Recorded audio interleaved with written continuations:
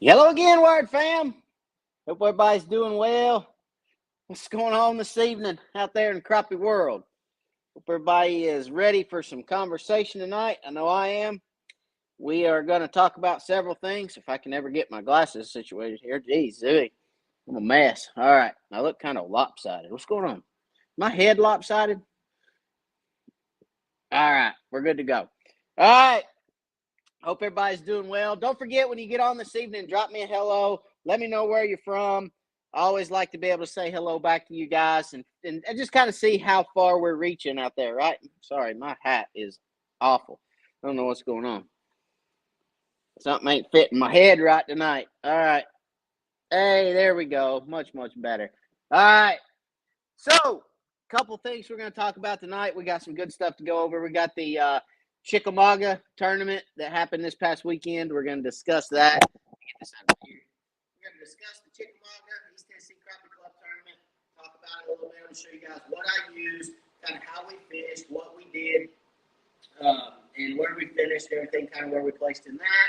And then I'm going to show you guys some of the equipment that makes me or allows me to be successful, kind of on the water, and especially during tournaments, because you know when you're out there and you're fishing, a lot of times those small little things can throw you off your game. They can get you to where you're rather not having a good time, or they're costing you time, or you just don't. You're not as efficient and fish as clean as you could be. So there's some things we're going to talk about tonight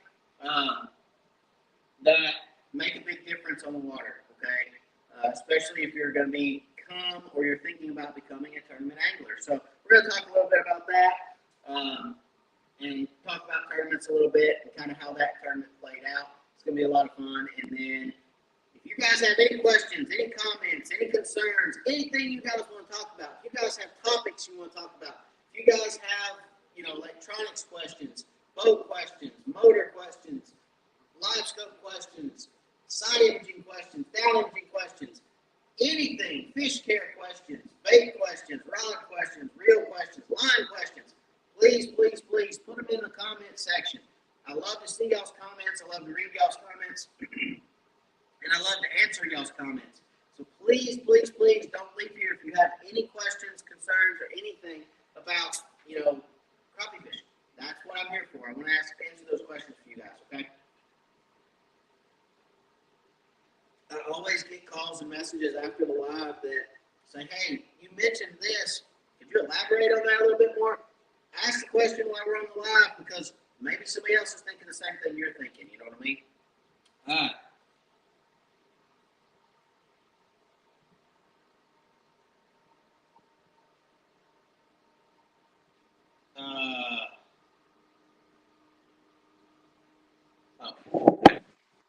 Hear me better with my earpiece in.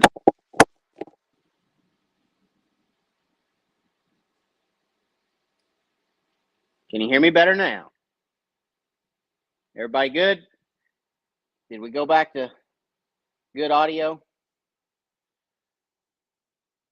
Hopefully we did. All right, Jimmy Pratt. Hello, Matt. Terry Greer. Hello, hello. Good. All right. Yep. Much better. Hey, good to know. I'll start wearing my earpiece so you guys can hear me better. That is awesome. Awesome feedback. Well, I hope you guys got to hear at least a little bit of what I was saying. We're going to talk about some really cool stuff. And if you have any questions, comments, concerns, or anything that you want to know about, ask me on the live. Put it in the comment section. The comment section is free. It doesn't cost you anything. Now, if you want to leave a super chat for me, that's perfectly fine. Drop a super chat in there, and I'll get to your question that quick, because it will pop up on my screen and say, you got a super chat, ding dong, pay attention, answer this question. And I'll go, yay, dunk, and I'll be able to click on it. So if you guys have any questions, comments, concerns, anything like that, drop it in the chat. I'm going to answer those questions for you ASAP, okay? Let's see. Jimmy Pratt, hello. Terry Greer, hello. Ronnie Harris, hello. Anthony Kent, what's up? Roadhouse, hello. C219, hello. Jeff from Virginia, what's going on? Tom A from Pennsylvania, hello. Let's see. Win Steve, hello from Big Sandy, Tennessee. Paul Gwynn, hello. Let's see. There's some yeses, some much betters, some yes. Man, you spot on. Curtis Hobbs in the house. What's going on, Mr. Curtis? How are you this evening, sir? Hope you're doing well. Time to go fishing soon, man. It's already time to go fishing, Mr. Curtis. It ain't never time to stay at home and not go fishing. You know what I'm saying? It is time to go fishing for sure. Croppie Kev from Virginia, what's up? What's up? All right, let's get right into it. Got tournament recap. Okay, so let's talk about East Tennessee Crappie Club tournament on Chickamauga Lake. Guys, listen. If you fish Chickamauga Lake, you know the amount of big fish in Chickamauga Lake has seriously declined over the last 4 or 5 years. The last 4 or 5 years on Chickamauga Lake, the big fish population has taken a dent, okay? So there's not a whole lot of big fish in Chickamauga, but there is a lot of fish in Chickamauga. Now, let's talk about the conditions for that day, okay? Conditions for that day, the weather has been pretty stable, okay? Or had been pretty stable. This is East Tennessee Crappie Club for you. So, stable conditions up to the morning of the event. The morning of the event, okay, we had forecasted rain, forecasted storms to move in. It was kind of one of those dreary days that start out, overcast. You know the rain's coming because it's already forecasted, and you're just kind of waiting through those couple hours until you start seeing rain come in, okay? So it's kind of the calm before the storm, if you will. And when we first launched out, we left at 7:30. We had our tournament bag in the live well by 8:30, 8:45. The first hour and a half, we culled through some fish, caught some good fish, and had our tournament bag pretty much in the live well by 8:30. Okay. And it was like a light switch when that first part of that front came over Dayton or came over Chickamauga. They were done. The big fish were done. You could see them on live scope, and you could see them down there on the brush, or you see them on the brush piles or on the stumps, or in open water. We found open water fish too. You could see those fish sitting there. They would follow a jig, but they would not commit to a jig. And it didn't matter what you threw to them. It didn't matter. And we talked to several people after the tournament. They even said they put live bait in front of them. They wouldn't touch live bait. There is days, guys, where big fish just won't bite. Okay. Big fish just won't bite some days. That's just how it is. I've seen that multiple times. Not multiple times, a lot. I've seen that a lot. There's just days where big fish won't bite. You can catch all the eaters you want to catch. You can catch all the small fish that you want to catch, but eaters just won't eat. You know what I'm saying? I mean, big fish just won't eat. They just won't do it. And they'll follow, they'll act like they're interested, but then they'll turn away. So one conversation I had, and I'm gonna go over into the live scope a little bit, but I'm gonna come back. So don't leave, because I'm not gonna talk about live scope the whole time. But with our new technology and live scope and being able to see those fish move around and watch them follow a jig and watch them react to the jig, one thing you generally see on your live scope is you'll see that fish when that jig, say that fish is sitting right here, that jig falls down and it comes right over in front of him. You'll generally see him turn, and he'll follow right behind that jig, almost to where you can't tell the difference between your jig and that fish. And he'll follow that bait just like that until, boom, he hits, okay? But it's generally, hang on, blink. All right. It's generally a smooth motion. Generally, fish is here, fish is here, bait comes down, okay? Fish turns and just trails like this, okay? Generally, that's a smooth motion. What we were seeing, or what I was seeing, okay, is bait fall down, fish would turn, bait kept going, fish would follow. So the fish was following feet behind the jig, not right nose to the jig. So they really weren't interested. It was almost more of a common curiosity that they were coming after it. They weren't hungry. They weren't going to eat it. They just, what is that? Hey, let me go watch this. And then they would not. A lot of times that fish will come up, and if he doesn't hit, he'll turn and he'll come right back down to the pile. That was not the case. That big fish would come, he'd see that jig, he'd stop, and then he'd swim off. Okay. So very, very different day. The attitude of the fish was extremely different. They just weren't going to bite anything. We probably threw to 4 million fish, and they just would not do it. Okay. So we did catch a lot of fish. Don't get me wrong. Could have sat there and caught, I don't know how many fish, just over and over and over, just catching fish. But the big fish just wouldn't commit. So we ended up finishing third in the tournament. We had over 8 pounds. Second place, we had 832, I believe it was. Second place had 853 or 52 or something along those lines. And then first place was like 9.3. First place, look, if you're going to start fishing tournaments, especially crappie tournaments, and you're going to start fishing lakes like Chickamauga, it takes one fish to best the field on a given day. So there was an 850. We had 830. There was an 850, 2/10 difference. And then there was the 9.3, which the 9.3 had a 1.97 pound fish.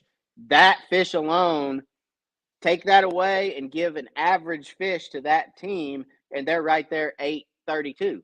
They're right there 8.3, 8.4, 8.5. So that one fish is so important. And that's the beautiful thing about crappie fishing, guys. That's what I love about crappie fishing. That's what I love about fishing crappie tournaments. You're not going to get some guy that goes out there and catches a 40-pound sack when you're bringing in 15 pounds. That ain't going to happen. It's ounces. It's tenths of pounds. It's not, you're not going to come blow a guy out of the water. It's just not going to happen. So it's a lot of fun. It's very close. That one fish makes a huge difference, and it's just a good, just good atmosphere, good people. Just the camaraderie of getting together with a good group of people is just so much fun. So anyway, long story short, if you're interested in crappie fishing, if you're looking to crappie fish, just know you can go catch 7 fish with that one good fish and win a tournament. You don't have to go out there and know everything about crappie fishing to be successful. And you can compete with guys such as Scott Bunch, Neil Alvis, myself, Jimmy and Ray, and Joel Nash's of the world, and the just the good anglers. You can go compete with those guys and win tournaments and have fun. You don't have to know it all, okay? And those guys, myself included, are always going to help you. They're always going to help you along the way, and they're always going to give you tips, and they're always going to tell you how they caught them after the tournament. And it's going to make you a better fisherman. So I say that because, crappie fishing is growing. Tournaments are growing. Just the general population of crappie fishermen is growing, and everybody's just, it's just a band of brothers. It's just fun. So, just a lot of fun, and just going out there and having a good time with a good group of guys. So anyway, now let's see real quick. Hang on just a second. Let me back up here. Mr. Curtis Hobbs was the last one. Croppie Kev from Virginia. Hello. Johnny Souls. Hey, Matt. Hope you had a happy birthday. Haven't been here in a while. Johnny from Oliver Springs. Thanks, Johnny. I did have a good birthday, buddy. I appreciate you. Eddie from Normandy. What's going on? Or headed to Normandy after those biggins. Well, get on them, son. Get on them. I hope you catch a whole mess of them. Hey, Matt, I told you a couple years ago, give Joel Nash a couple years to learn the East Tennessee lakes. He would win the points. Yeah, he did. There ain't no doubt about that. He had a good year last year, Terry, for sure. And as a matter of fact, since you mentioned Mr. Joel, he calls me, okay? He calls me before this Chickamauga tournament, and he says, hey, Matt. And I said, yeah, what's up? And he said, oh, not much. And I said, you ready for the tournament next week? And he said, oh, yeah, I'm going to kick your butt. I'm looking forward to it. I'm looking forward to kicking your butt, is what he tells me. Now, I'm pretty sure third comes before fourth. Isn't that how that works, Terry? Isn't third place? And doesn't that come before fourth place? I think it does. I'm just saying. But my butt isn't hurting any. I don't know why. I think it's because third comes before fourth. That's all I'm saying. I don't know. I think in school they may have taught me a thing or two about numbers and order, but I think third comes before fourth. I'm pretty sure. So anyway, there wasn't a whole lot of butt kicking going on, is what I'm saying. You know what I mean? So anyway, but no, Mr. Joel and Skeeter are awesome fishermen, great friends of mine. I actually talked to Joel about 30 minutes ago before we got on the live. So I can say these things about Mr. Joel Nash. And I told him the same thing on the phone. And he told me he had a new nickname for me. So I'm waiting to hear what his new nickname is. He told me he's going to tell me on the live tonight. So you guys will get a chance to see that. But I'm going to throw it out there. Hey, Joe, third comes before fourth, buddy. Because he says he can kick my butt. I'll take too kindly to people kicking my butt. All right. Welcome back. Saw last week's show just a couple of days ago. I'm really surprised. Our lakes have a thermocline with the current. Do you have any pictures of what it looks like on sonar, down imaging, or side imaging? Yes, I do. Unfortunately, they're on my phone, and I'm on that right now. So, Larry, I'll try to get you some photos. I'll try to get you some photos next week. Okay, come back next week, and I'll show you what the thermocline looks like on down imaging, side imaging. Make sure you remind me in case I don't remember, but I'll try my best to remember for you. Cruz, what's up, everybody? What's going on? Jimmy Pratt, I threw every color, brand, tried, scent, and flies. What is that? I threw every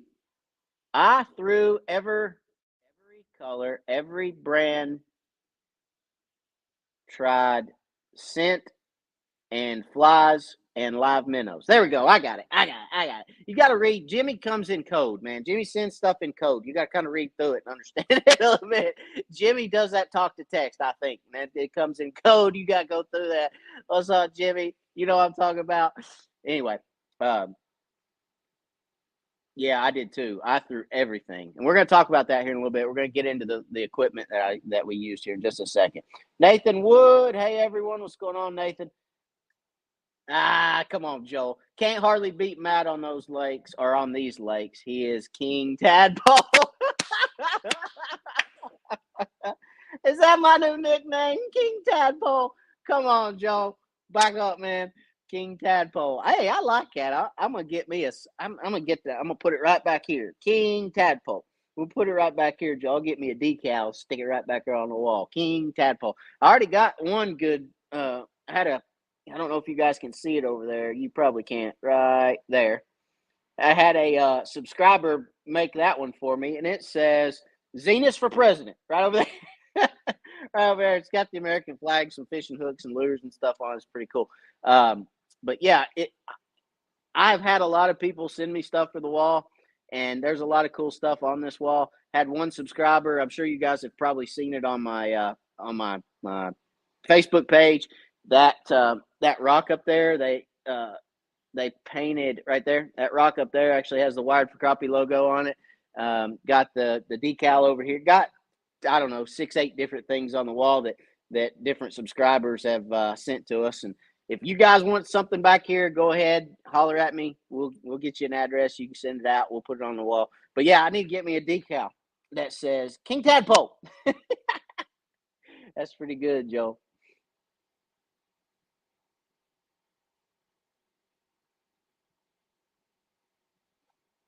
Joel told me he threw off at the chick. Thought you all might quit. Huh? What are we talking about, Terry?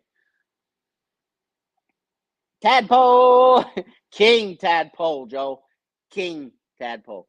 We got to keep it up in that upper tier, you know what I'm saying? We can't get too low on the tadpole, on the tatum pole. Yeah, that's what I'm talking about. I got that. I threw that in there. You like that? Not the totem pole, the tatum pole. Catching crappie on spoons, yes. So that is something that I experimented with here a little while back. I actually experimented with spoons, and crappie will hit a spoon. I'm here to tell you. I actually used a blade bait which is very similar to a spoon. Okay, so a blade bait is kind of looks like a minnow. I had a 1.5-inch blade bait with 2 trebles on it, and you could throw that, and it's got a little weight on the front on the nose. You can take that, and you can throw it. I don't have my blade baits in the boat right now. I don't know where my blade baits are, but I experimented with blade baits and spoons for crappie several years back, and I caught fish on them. You could take that blade bait, you could sit 30 foot off a brush pile, you could throw that joker in there and just rip it, just 2 hands. I mean, just whoop and let it sink, and whoop and let it sink, whoop, let it sink. And they'd always hit it on that fall, because what it would do is you'd rip it and then it'd flutter, and rip it and then flutter, and it looks like a dying minnow. Looks like a minnow in distress. In distress. Crappie have to react to it. I mean, crappie and a bass, guys, really aren't that different, to be honest. They're a predatory fish. They feed up. Bass will feed up or down, but crappie generally feed up.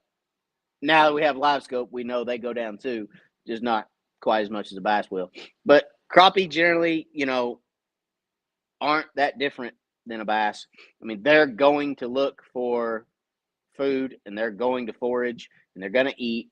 And, something that mimics a dying bait fish, they're going to eat it. And spoons and such baits will work very, very well. Now, different sizes. I mean, you don't want to go throw a 6-inch spoon for crappie, because you're not going to get much hit a 6-inch spoon unless you're on Watts Bar, and then you might catch them on Watts Bar, but you're not going to catch anything on a 6-inch spoon on Chickamauga. That's for sure. Caught mini crappie on blade baits while hybrid fishing. Yep. I guarantee it. I mean, a blade bait, I love a blade bait. Like I said, I experimented with them. Generally, for me, that's kind of a early summer, early fall pattern where, mid-fall. Early summer, mid-fall pattern when they're feeding. They're feeding back up after the spawn, or they're hit that fall feed wide open. They're really active. They're looking for fish. The water's temperatures are getting in that right temp. They're not too hot, but not cold. You've got fish moving around and shaking and baking. And that's kind of when that blade bait technique works really well for me. Haven't done a video on blade baits, so maybe we should do a video with a blade bait and show you guys how to catch some crappie on blade bait. I think it'd be awesome. I think it'd be fun. So we may do that. We may get the blade baits out and go see if we can't catch some crappie on them. I think we can. And I honestly, I haven't used a blade bait since I had live scope. So it'd be kind of neat to see what that looks like on the live scope screen and watch those fish react.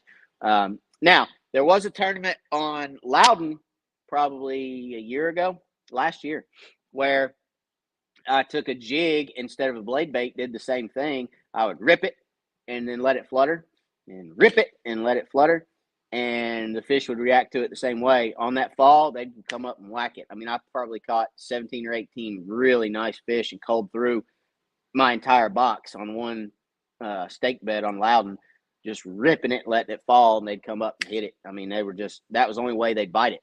I could reel it past them, they wouldn't hit it. I could hold it right in front of their nose, they wouldn't hit it. But if I ripped it and let it fall, they just couldn't resist it, and they'd come hit it. So let's talk real quick about the equipment, okay? Equipment for Chickamauga. And I'm not going to talk about my electronics. I'm not going to talk about my batteries. I'm not going to talk about, everybody knows I've got live scope. It's not a secret. If you're a tournament angler, you probably have live scope. If you're not a tournament angler, you probably have live scope. But if you don't have live scope, that's fine. You can catch plenty of fish. Look, you can go back and watch my early videos. I caught plenty of fish without live scope. You don't have to have live scope to go catch crappie and have a good time and put meat in the freezer. You don't have to have it. But it's fun to have, and it's really kind of essential in tournaments anymore, because you're going out targeting single larger fish. And yes, the game has changed the same way it changed when side imaging came out, so for a tournament angler, it's not absolutely necessary. The guys that won the tournament Saturday didn't have live scope, okay?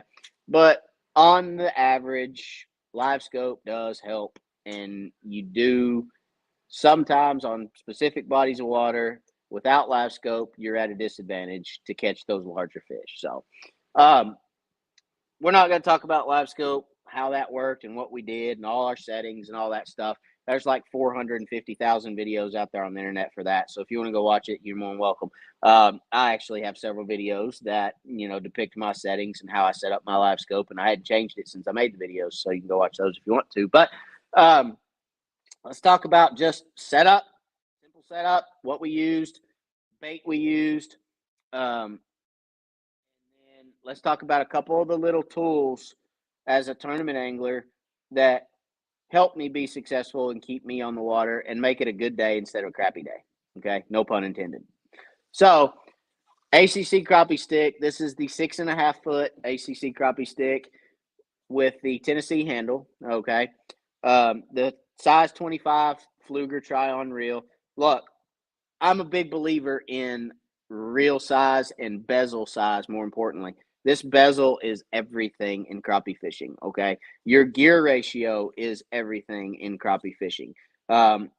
You get a reel that has too large of a bezel on there and has too high of a gear ratio, and every time you turn that crank, it's picking up 2 feet of line, and you're moving that bait way too fast. You may be very slowly crawling that handle around, but what you don't realize is if you get the wrong size bezel, you get the wrong reel for your setup, you're going to be moving that jig a lot more than you think you are, okay? You may think you're snail crawling it across the bottom of the lake, but it's probably doing this, okay, coming up the water column.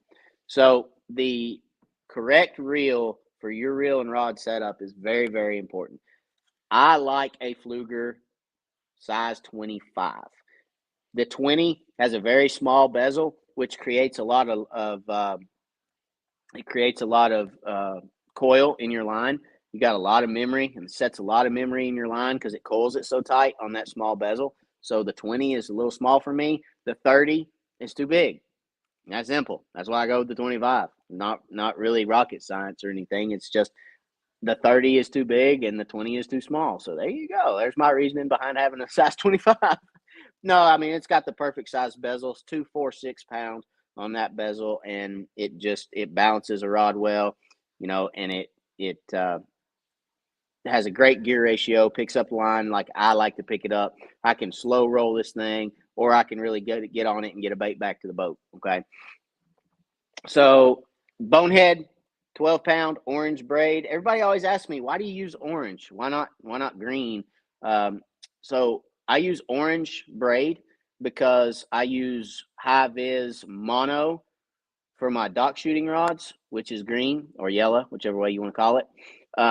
So I use orange braid because I want to be able to pick that rod up off my deck and know what it is. Know whether it's one of my casting rods / brush pile rods. Okay, I use braid to cast, and in brush I use mono to shoot docks. So I want to be able to look down on my deck and know instantly by color which rod's which. I don't have to go digging through and say which one of these is my dock shooter.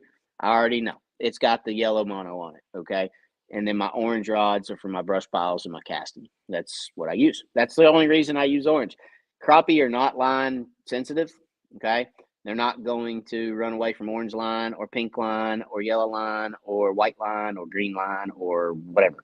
They're not. Okay, in very, very, very, very, very, very clear water situations, it can affect you in very, very, very, very, very clear water. In Dale Hollow water, okay, it can affect what you're doing, but for the most part, it's not going to affect you in most parts of the country. But if you have a very, very, very uber clear lake, then stick with fluorocarbon.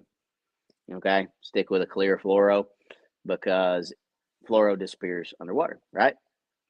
So orange braid, and then let's talk about bait. Okay, so bait, pretty simple setup. Loop knot, always a loop knot. Okay, on any jig I tie, whether it be, let's see here. You guys see that loop knot? Loop knot. All right, loop knot. So any jig I tie on is a loop knot.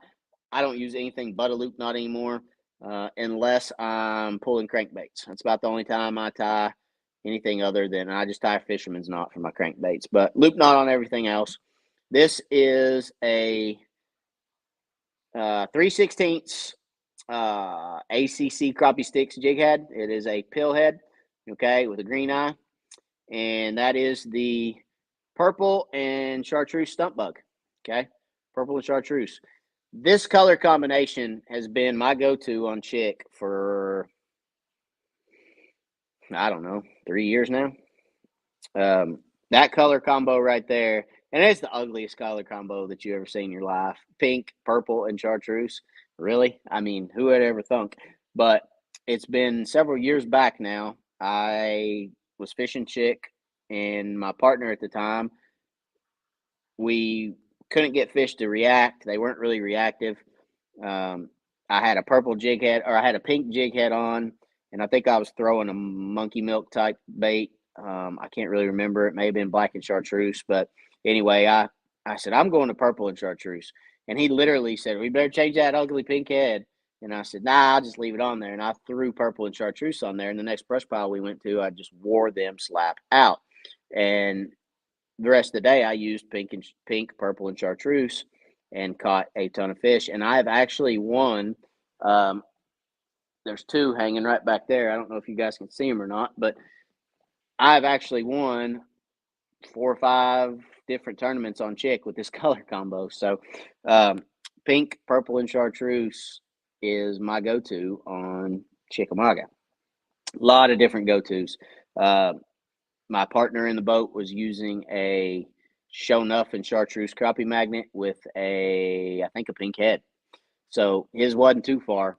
He had everything but the purple, but he was able to catch fish too. So, but that's my go-to. I really like that bait. Obviously, you guys know I like the stump bug, and I want you to look at something.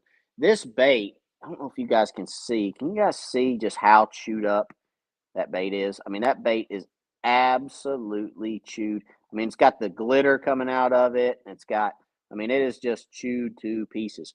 So this bait probably caught, I don't know, 40, 50 fish, and it's still on the hook, and I could cast it out there and catch another one.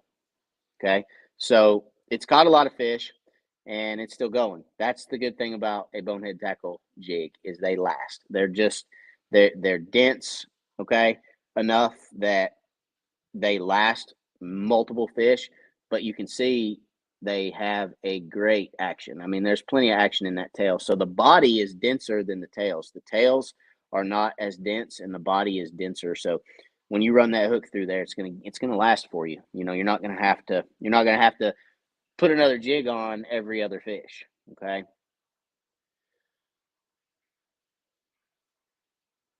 Billy Noble, what's going on? Hello, hello. All right, this is the time of year when we always have current from the. That is not a curse word. That is the dams in the lake. Generators, as they start lowering the lake, which can make the main channel a lot tougher. It can. This time of year, there is current in our lakes because they're drawing down Douglas and they're drawing down Cherokee, and they draw those lakes 25, 30 feet in the winter. So starting about this time of year, the Tennessee River system, all the lakes on the Tennessee River system start to see a lot of current, and it really does kind of affect those fish, but you can still find fish and catch fish on that main channel. The thing is you kind of have to look, you have to think more like a river fisherman and not as much as a reservoir fisherman. So with that being said, excuse me, you kind of have to think like a fish and think, if I was out there in the middle of that, where would I want to be? Well, I can tell you where you don't want to be: sitting in the middle of the current. You want to be in those current breaks, the inside of points, okay? The inside of points, whether it be. Now, let's talk. That brings up a good subject. let's talk about the inside. What I mean by the inside of points. The inside of a point, fish are going to set up differently on points. In a river system, when you're fishing a river system, if those fish are lethargic and they're not feeding, they're going to set up on the inside or the eddy side where the water comes around that point and comes back or swirls, or that dead area. Okay. If it's an upper point, if you got the river coming down this way and it's the upper point, if they're lethargic and not active, they're going to sit on the inside of that point and they're just going to set in that slack water. Okay. If they're feeding, fish will generally, especially crappie, will generally set up on that downward point. Okay. So if the current's coming this way, they're going to set up on this point down here going into the creek, and they're typically going to set close to the bottom on that point, but they're going to set out toward the end on the outside of that point. Why are they going to set there? Well, it's simple, because they're looking for that current to push bait down to them. And what happens is when that current pushes that bait this way, okay, it comes down and it hits that point and it goes around that point, creates that eddy, right? So the bait, it pushes that bait down into the front of that point, and then it pushes it around into that eddy. So if they're sitting on the front of that point, when that bait gets pushed down, they can dart out and ambush that bait. Okay. So you kind of have to decide, are our fish active today, or are fish lethargic today? Are they sitting on that upper point in that slack water or that eddy area? Or are they feeding actively? Are they setting on that downward or that downside point? Okay. Waiting for bait fish to come down so they can feed. Those are all things that play into fishing that river type system. And with that river type system being October, November, or September, October, November in East Tennessee, you kind of have to fish that way if you're going to fish out in the main river. Okay. I know that's a lot. That's kind of a lot of info to take in, Jimmy, in that short amount of time, I feel like. But hopefully that makes sense. Hopefully you understood where I kind of went with that. But you guys have gotten to the point where you're incredible fishermen. There's no doubt about it. Jimmy and Ray, you guys are incredible fishermen. You guys have put the time in. You've done your homework. You know what you're doing. It's those little things. It's those little intricacies that, like you said, it makes it hard on the main channel. Yes, that's because you have to pull off that normal stuff on that main channel. You've got to think outside the box, and you've got to think more like a river fisherman instead of a reservoir fisherman. Billy Noble, hello, Wired fam, Dallas, Texas. What's going on? Paul Barrett, what is the best for the fall pulling jigs or crankbaits? Action, action, action, action, action, action. Get you some action tail baits. Get you a Charlie Brewer slider, crappie magnet slab curly. Get you a hot grub, a curly tail. Something with some action to it. Put that behind some jigs and throw them babies out there behind the boat and let them rip, tater chip, because that is going to catch fish. I mean, anything with some action to it, you got that action tail bait, that's going to do you your best. I mean, hands down, no doubt. So I would go with the action tail jigs. Crankbaits, once that water starts cooling off, that crankbait bite's going to slow down. Okay. The water cools, the crankbait bite slows. That's just how it is. You can still catch them on crankbaits, but they're not as active as they are in the summer on crankbaits. Okay. How do you keep the braided line from pulling out of the opening in the hook eye? Yeah, that's a very good question. That happens to me from time to time.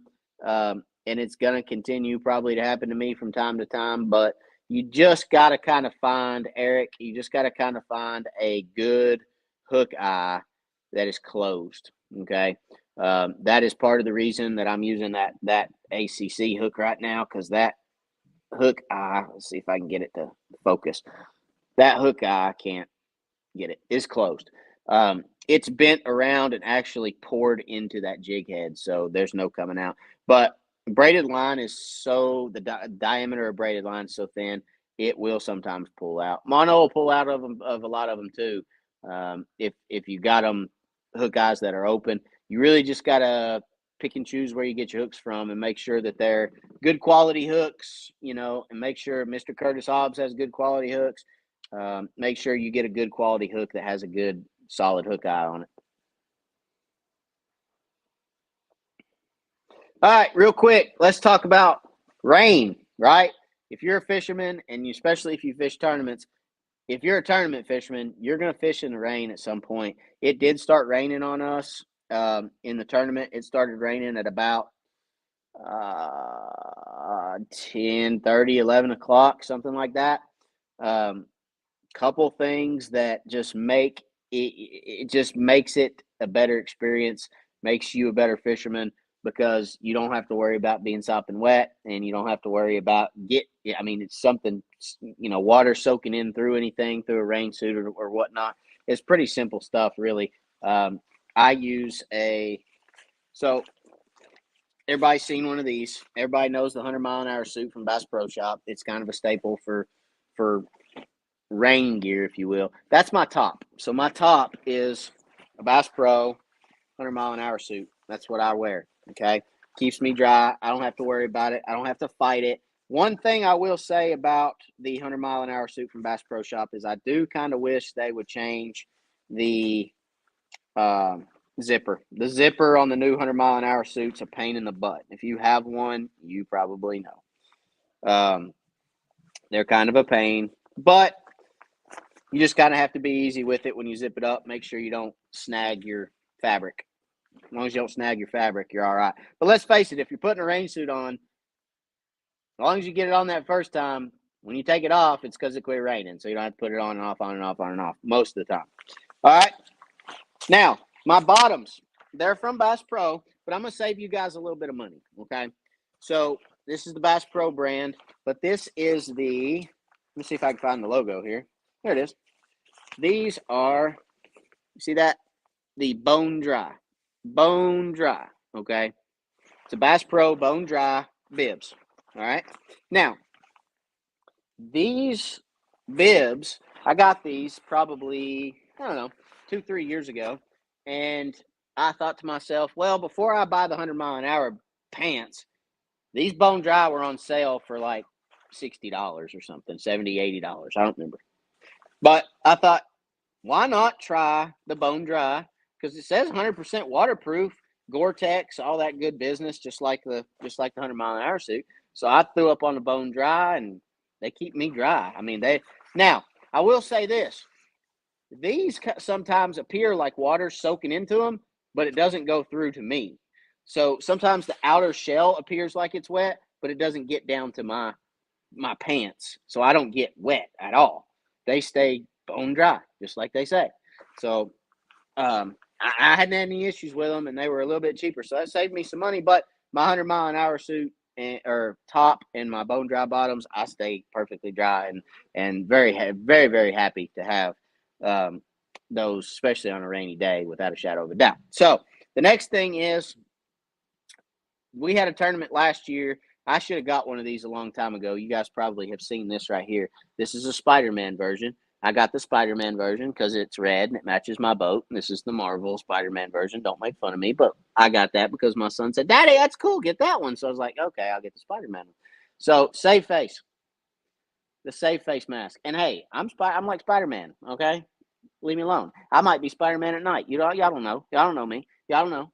I could be a Marvel character. You just don't know it. I'm out there fighting crime. You know, when I get off the live tonight, I'm gonna go save a baby. Y'all just don't know. You know what I'm saying? So, Spider-Man, right? I gotta be careful doing this because it almost came out right there. See what I'm saying? So, I got my Spider-Man mask, my safe face mask. I've been wanting one of these for a long time, and I just have been neglected to get one I've neglected to get one because I thought to myself I'd never use it really. You know what I mean? So, well, you use it once and you pretty much go, yeah, I'm dumb for not getting one of those before now. Putting this thing on over your face, I'm telling you, is a absolute lifesaver. You know how you run down the lake 40 mile an hour and it feels like little needles poking you in the face? Not with this joker on. This joker right here will absolutely save your face. Just like it says. Just like the bibs say bone dry, this will save your face. Okay? So I'm not sponsored by these people. I'm not sponsored by Safe Face. I'm not sponsored by Bass Pro, obviously, or anyone else on this gear that I'm talking about, except for, obviously, HCC crappie sticks, the best crappie rod in the world. I'm just saying. But no, I'm not sponsored by Safe Face. I love this thing. I absolutely do. I should have got one of these a long time ago. But if you're going to be a tournament fisherman, again, you're going to run into rain, okay? And when you do, it's nice to have those little extras that keep you happy on the water. I'm just saying, they're just a blessing to have when you can pull those out and not have to deal with. And last year I was running down the lake in a thunderstorm, and my glasses kept fogging up, and I kept having to take my glasses off and wipe them. And then I'm looking down while I'm running, or I'd have to stop and dunk them in the lake, because you know how it is when they fog up. You can put them in water and it'll unfog them. You can put them back on and keep running for a period of time, and then they fog back up. So I'd have to start, stop, or I was running looking down, and that's not safe either. Okay, that face mask right there kept me going 40 mile an hour even when it was raining. I'm just like, this is awesome, and I'm just like, So, let's see who we got here. William, just wanted to say hello. Haven't been on for a while. What's going on, William? I hadn't been on much lately either. So welcome back to the both of us. You know what I'm saying?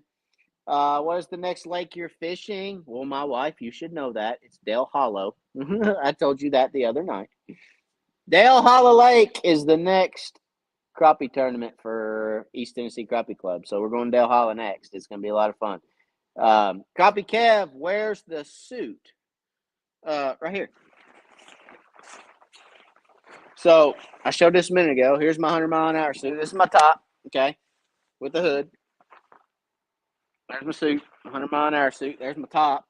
And then here's the bone dry bottoms right here. So these are both Bass Pro Shop items, okay? So here's the bottoms. These are the bibs, okay? These are not pants. They are bibs. I like a bib, okay? I like a bib. And this is the bone dry bibs, okay? Can you see that right there? Bone dry. So bibs, why do I like a bib over a pant? Well, it's easy because the bibs come up here. Oh, Croppie Kev. Okay. No, the Spider-Man suit. Well, I can't show you everything. You know what I'm saying? I mean, can't show you everything. Come on now. But no. What was I saying? 100 mile an hour suit. Winsdale Hollow. 3rd Saturday of next month.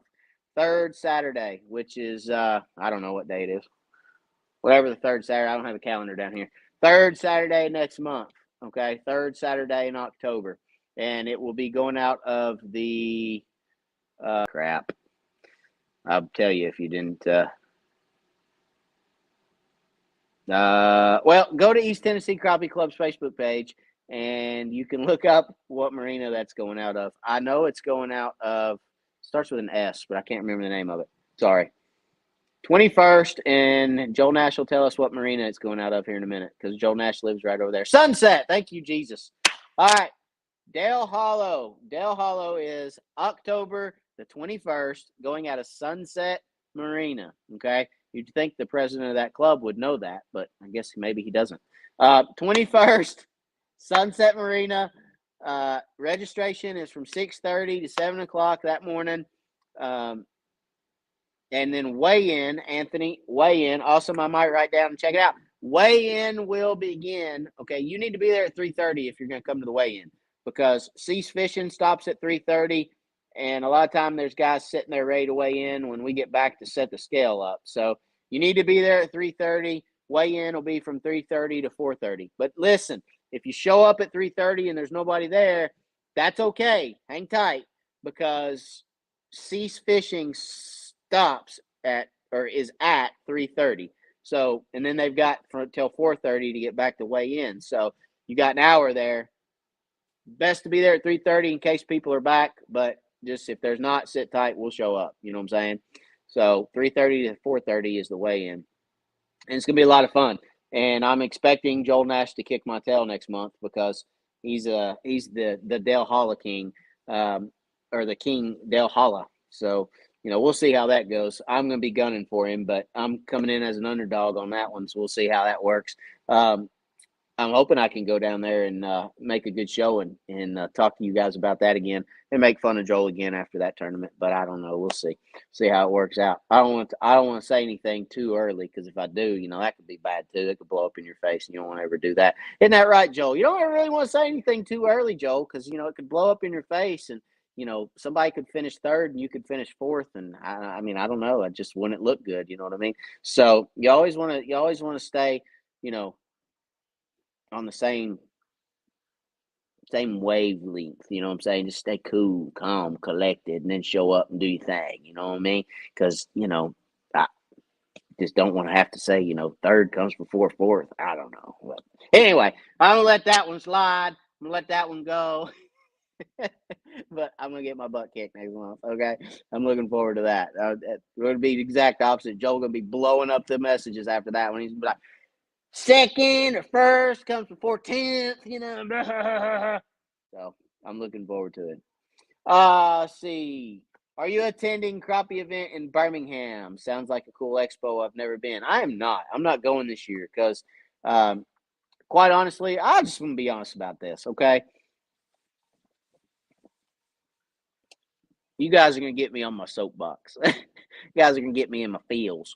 All right. So, look. Say this, and hopefully it doesn't upset anybody. It probably will, but hey, when have I ever been afraid to upset anybody, right? I could name some names, Corey. I'm not afraid to upset anybody. I can tell you that right now. The funny thing about it is these major tournaments can't seem to get their crap together enough to where they don't put tournaments on the same day as other major tournaments. And the mindset behind that is, well, I'm going to take all his people, and that's just fine and dandy, because I'm going to get all the fishermen, because I'm offering a larger pot, and I don't care if he takes his tournament and sticks it up his butt or changes it or does this or does that. And then you got another tournament director that's sitting over there going, well, I'm going to take all his people because people are loyal to me and it don't matter about money and da-da-da-da-da-da. And then what happens? They both end up just absolutely crapping themselves, because now they get half the people they generally would get if they put the tournaments on different days, because they don't want to have conversations with each other before they set these tournament dates. Then there's multiple tournaments on multiple days. That's not what's best for crappie fishing. Hello. That is only going to hurt our sport. There's only so many of us that'll travel around and fish in a crappie tournament. And just because you think you've got this big old payout doesn't mean that you're going to be able to steal people away from somebody else. You may steal a few away, but guys, crappie fishermen aren't out there because of the money. We're out there because we love it. I love it. It's in my blood. That's what I love to do. I just can't believe that we have directors. Look, I'm a tournament director. I get it. I've hosted East Tennessee Crappie Club events for 10 years and held charity events and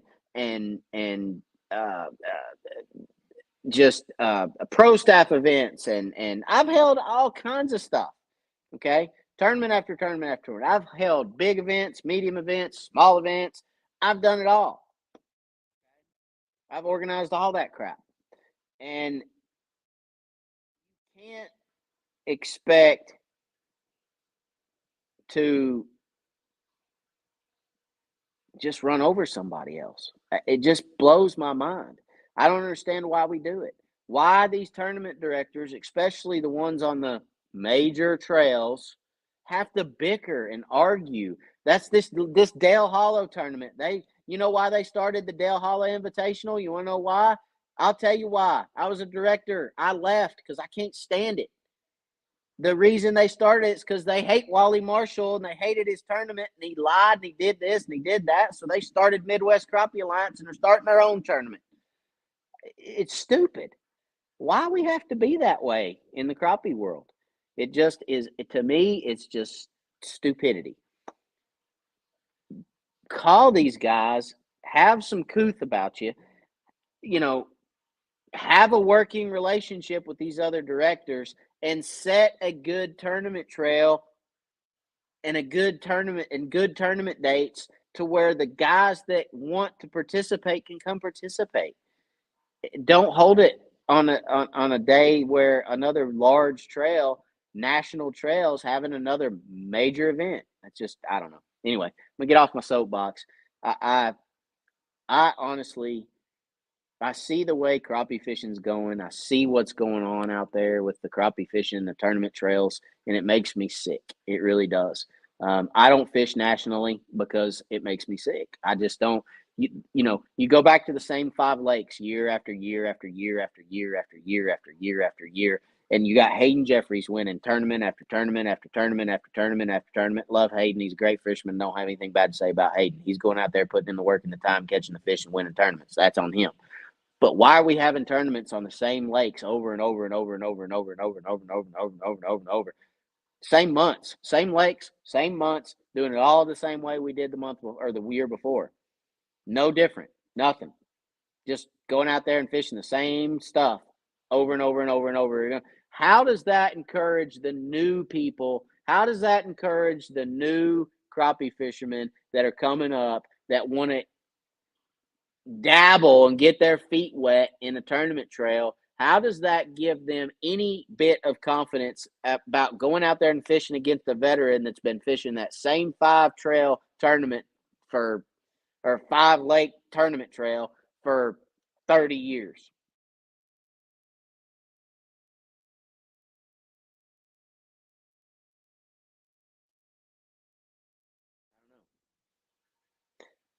That's my soapbox for the night. And I appreciate you guys for watching it. But if I was a national director of a tournament trail, which I have considered, I honestly would chase the participation of new anglers, bringing new anglers in comfortably, right, to where they feel like they can come and be a part and compete. How do you do that, Matt? How do you do that? You go to different lakes. You give these guys, it's not about going to the crappie lake that has the biggest, most wonderful fish in it. It's not about going where the money is, because that's, well, I'll get off that. Go to these different lakes, move a trail around. That's how you get new anglers involved. They're coming to my lake? What? They're coming where? We've been fishing this lake since we were kids.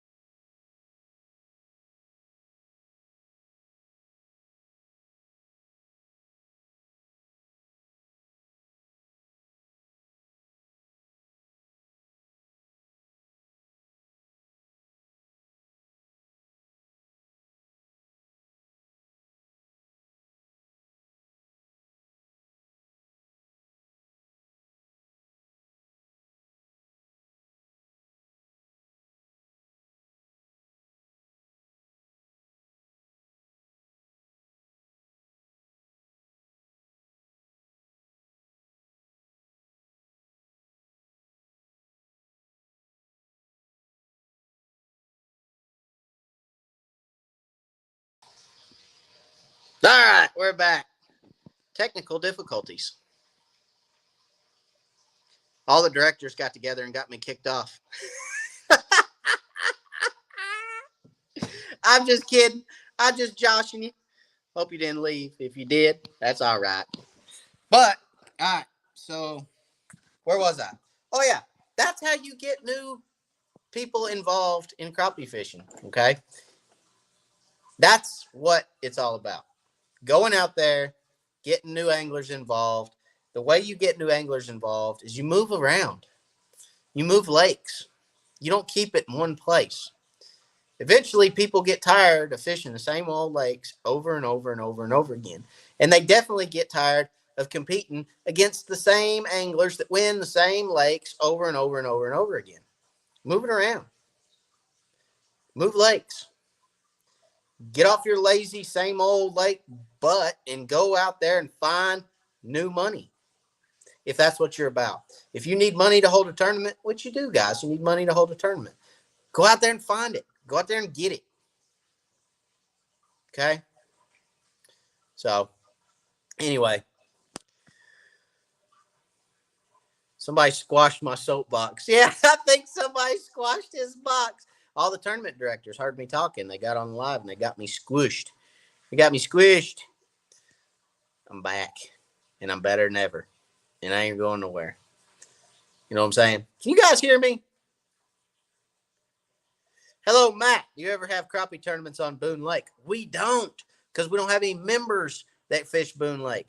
But if you, Dwayne, want to be a part of the club and want to come fish Boone Lake, we have a meeting at our banquet every year.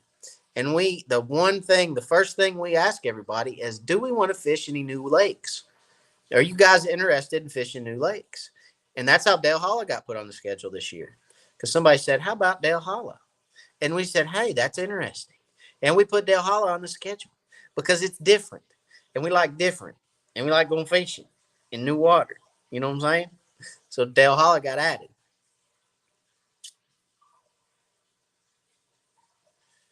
My wifey, she said the screen is black. She probably heard me run upstairs and grab my computer because my phone crapped out. But then my phone got uncrapped when I came back downstairs and I got her fixed. Beam me up, Scotty. Dang, I think Wally zapped him. That's funny.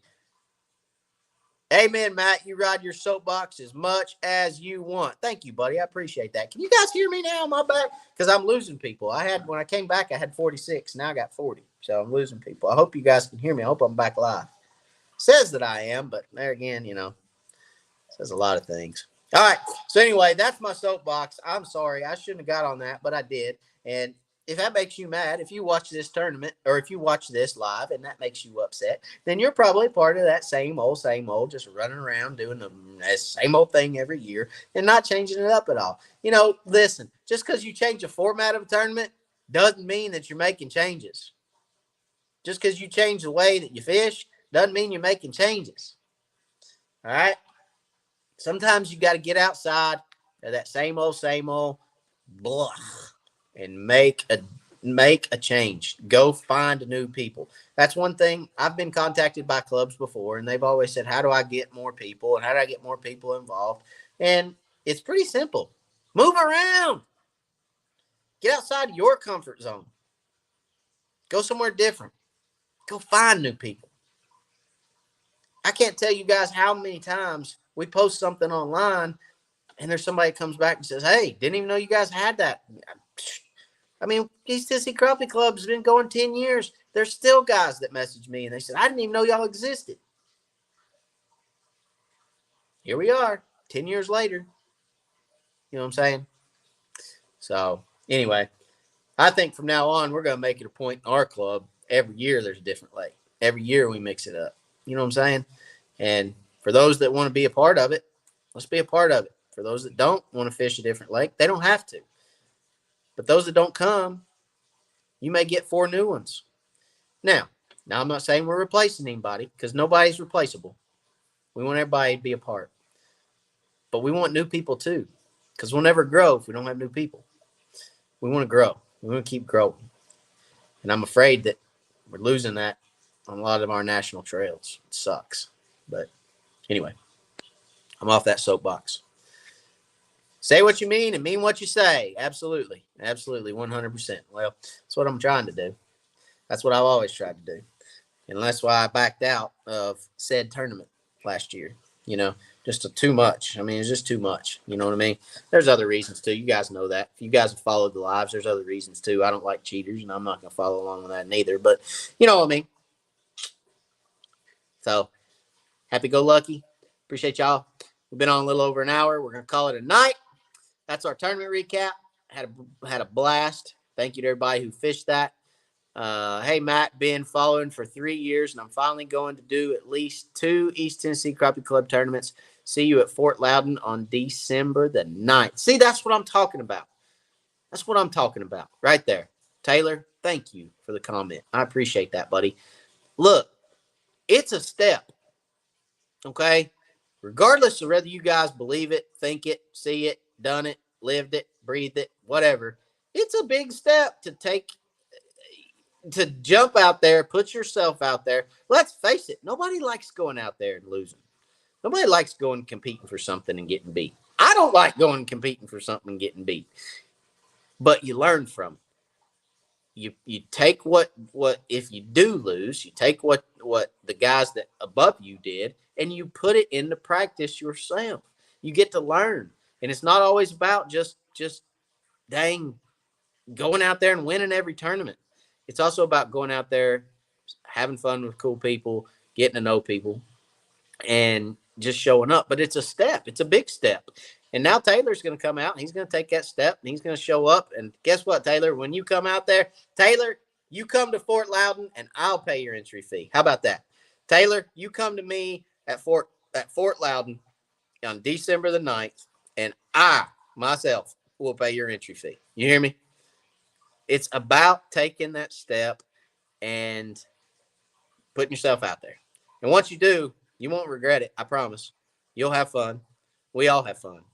You'll have a good time, and you'll be able to listen to some guys, some really cool guys. You may come out and win the friggin' tournament. You may come out and smash it. And I hope you do. I hope you come out and you absolutely smash it. I hope you beat us all by 3 pounds. Cool. I hope, because I want to know what you're doing. You know what I'm saying? But taking that first step, and Taylor, you don't let me forget it. You come out, you fish that event, I'll pay your entry fee. You hear me? Write that down. Mark that in stone. And you guys don't let me forget it either. Joel, don't let me forget. I got to pay Taylor's entry fee if he comes to Fort Loudon. So, all right. That's my soapbox for tonight. I appreciate you guys. Thank you. As always, God bless you guys. Keep watching. Next Wednesday, going to have another live right here. Get some videos going for you guys. I still editing the one from last week. So trying to work on my editing a little bit. You know what I'm saying? I'm trying to get some more, they call it B-roll. Okay. You watch these videos and you see this B-roll, they cut off. You can maybe still hear the guy talking, but they cut off and they show you different pictures, show you the lake, show you the boat going in, show you this, show you that, show you the areas of the lake, all the different scenery and stuff like that. Trying to get some different B-roll put in there, getting some music put in. So I'm really kind of spending a little bit more time perfecting my editing skills, if you will. If you call them skills, they're more like just blind editing, but trying to kind of perfect a little bit more of that, try to work on it for you guys, try to make it more exciting and more enjoyable to watch the videos, where it's not just catch a fish, talk about it, catch a fish, talk a little bit. I want you guys to enjoy watching. So working on my editing skills a little bit. Hopefully that helps you guys and you guys enjoy that. But if you don't tell me about it. I don't want to hear about it. I'm trying. You know what I'm saying? All right, I'm done. God bless. Good night. Thanks for watching. Next Wednesday, same time, same place, right here in the shop, 9 p.m. As always, God bless, guys, and have a good one. Be safe out there. We'll see you next week.